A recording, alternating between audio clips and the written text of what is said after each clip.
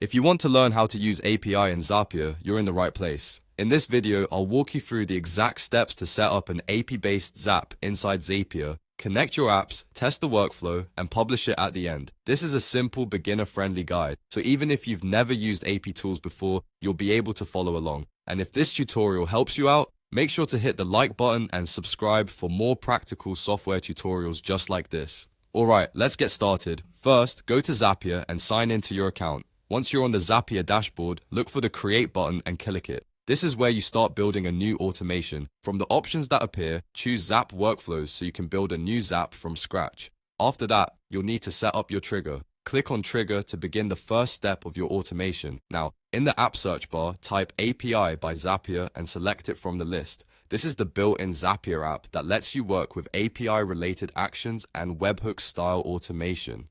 Next, Zapier will ask you to choose an event. Select any event that fits your workflow or use the available default option to continue. Then, log into your account if Zapier asks you to connect anything during the setup process.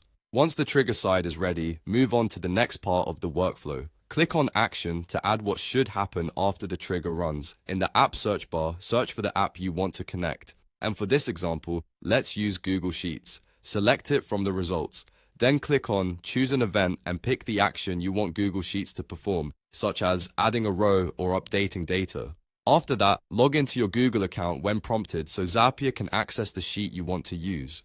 Now you've connected both sides of the automation. At this point, click Build It at the top so Zapier can prepare the workflow for testing. This step is important because it lets you confirm that your API-based setup is working correctly before you publish it. Once everything looks right, click Test Run. Zapier will run a test using your selected trigger and action so you can check whether the data is flowing properly. If the test works, that means your automation is ready.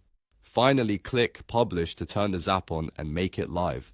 That's it. You've now learned how to use API in Zapier by creating a workflow, selecting API by Zapier, connecting an app like Google Sheets, testing the automation, and publishing it successfully. If this video helped you, don't forget to like, subscribe, and turn on notifications so you don't miss the next tutorial. Thanks for watching, and I'll see you in the next one.